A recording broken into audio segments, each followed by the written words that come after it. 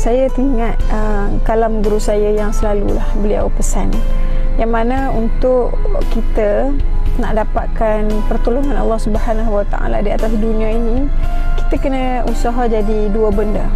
Iaitu yang pertama ialah kita kena usaha menjadi orang yang sentiasa menjaga solat 5 waktu kita. Jadi solat 5 waktu ini adalah satu ibadah yang paling utama untuk kita ambil berat. Dan yang kedua ialah kita perlu usaha jadi orang yang ada sifat sabar.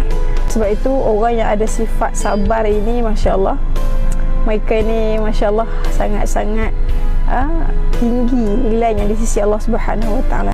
Maka insya-Allah dimanapun dia berada, insya-Allah Allah akan jaga dia, Allah akan berikan pertolongan kepada dia, sebab dia menjadi orang yang dua, ada sikap dua ini, solat dan sabar. Masya Allah.